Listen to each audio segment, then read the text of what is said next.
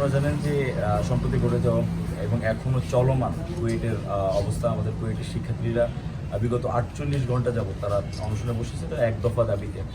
এবং গতকালকের একটা স্টেটমেন্ট দিয়েছে ভিসি মাসুদ, কুয়েটের ভিসি মাসুদ, যে অধিকাংশ শিক্ষার্থী তার পদত্যাগ চাচ্ছে না।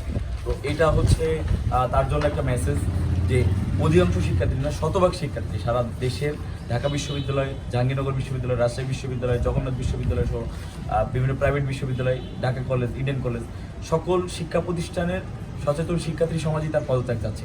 এটা হচ্ছে তার জন্য সবথেকে বড় মেসেজ।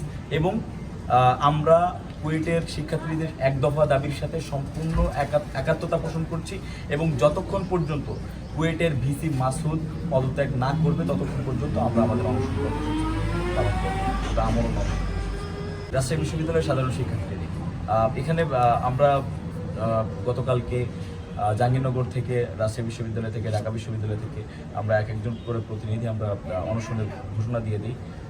আমাদের ডাকে সাড়া দিয়ে যে কেউ, এটা আমাদের রাজশাহী বিশ্ববিদ্যালয়ের শিক্ষার্থীদের প্রতিনিধিত্ব করবে এমন যে কেউ এসে এখানে আমাদের সাথে অনশনে বসতে পারবেন। আসলে সিচুয়েশন বলে দিবে, কারণ রাজশাহী বিশ্ববিদ্যালয়ের অধিকাংশ ডিপার্টমেন্টেই পরীক্ষা চলমান, সেমিস্টার পরীক্ষা চলমান, মেইন পরীক্ষা, তারপর সেমিস্টার ফাইনাল চলমান। এই জন্য আমরা এই কর্মসূচিতে আমরা ডাক দিই নেই, সব কিছু বিবেচনা করে। তবে আমরা আমাদের অনশন কর্মসূচি চালিয়ে যাব এবং আমরা কঠোর কোনো পরিস্থিতিতে যদি পাওয়া লাগে সেটার জন্য